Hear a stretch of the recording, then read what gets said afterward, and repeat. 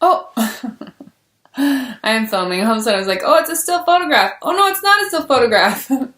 Hi, I'm Jody Quine and I'm doing 90 days of Kundalini meditation based on the 40-day prosperity meditation challenge through Jody Singh's Life Force Academy. And this is day 67.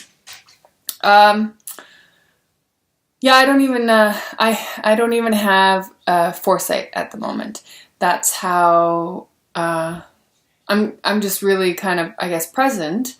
I'm not pushing or aiming or deciding or even planning anything.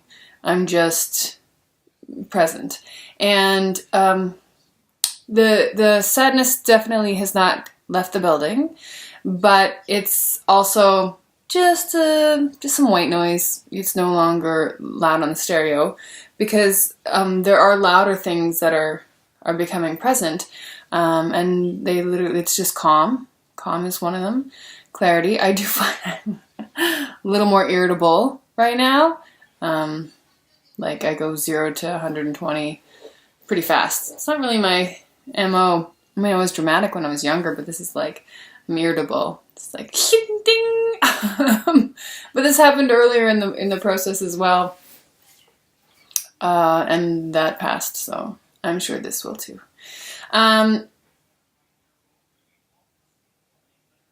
I've decided, I'd forgotten what it was briefly, that I should stop fidgeting.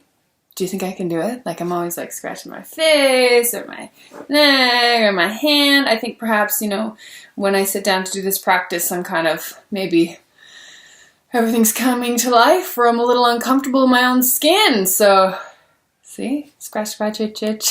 I also generally have dry skin and I don't know what else to say, but I like to entertain people, but I think maybe I could be, if I'm working on inner stillness, perhaps I could allow myself to work on outer stillness as well. But is that intimidating?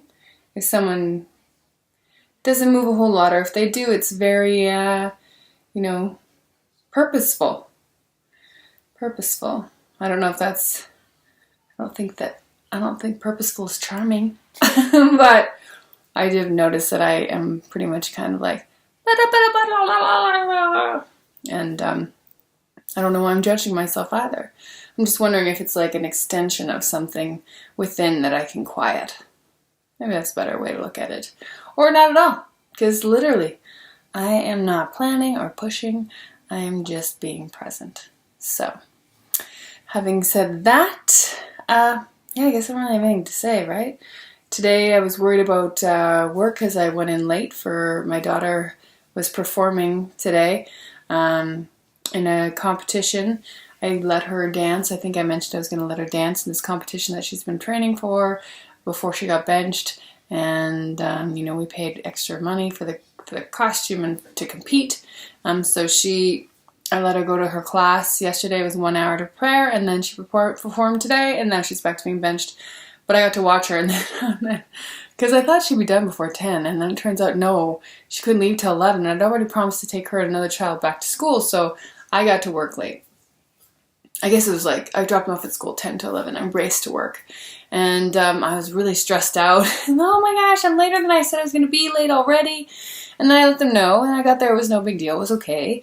And then, I skipped lunch so that I could leave at a reasonable time after work to get home to the kids. But they were hanging out, and they were with my dad on FaceTime, and they had another person over hanging with them, and everything just worked out fine. So the stress didn't really accomplish anything, except for maybe I was that mom in the 8th row every time they gave out a new award at the end going, oh, another award, we gotta go. Totally missing the point of these kids dancing and celebrating it, and the mom going, another award? How many awards can these kids get? Anyway, that lesson is always a good one. Like when you get to the grocery store and there's a lineup and you're upset, but you haven't even done your shopping yet. So, just being in the moment is, which I'm generally was able to get myself back to by the end of the day. So I'm going in. Well, I discovered something. If I win the lottery, I want to start a record label. Not just so I can make my own records, but so I can support new talent financially and develop talent to help with the world. Because I don't, I think if that kind of money, you could make money doing it because you'd have the money you need to support it properly. But it'd be more about supporting the arts and getting it out there. Probably be tax write-offs then too. So, it's an upside either way. So that's a new thought. I'm going to have to somehow make a lot of money if that's going to come to fruition. Or if I win the lottery, right? So that was neat as far as no planning goes. This huge idea popped into my head. And then, this show that I've been trying to help people about developing in this last year, I could support that. And then my husband could decide if he wants to work or not, which would be great too. What would you do if you won the lottery? And how much? If you could win 2 million or 10 million, would it make a difference to you? And which would you prefer? Because this morning I was thinking, I think just $100,000 would be amazing, That would erase all debt and give us a little money even to put aside to even maybe try and buy a house at some point or whatever. That'd be incredible. And now I'm all, 32 million sounds great because that's what the lottery is for. Just saying. I'm just saying. If you won the lottery, how much would you like to win reasonably? What do you reasonably think would be a good amount to win? What would your ideal? I guess everyone, some people will be like $1 billion or 600 million, but maybe some people just want to win 50 grand or 10. If you could win the lottery, how much would you like to win? And then if you want to say why, say why. Tell me why. Cool. All right, I think I did less fidgeting in this half of the video, but maybe not.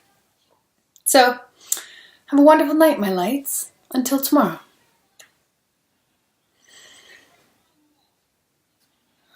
Sadhana.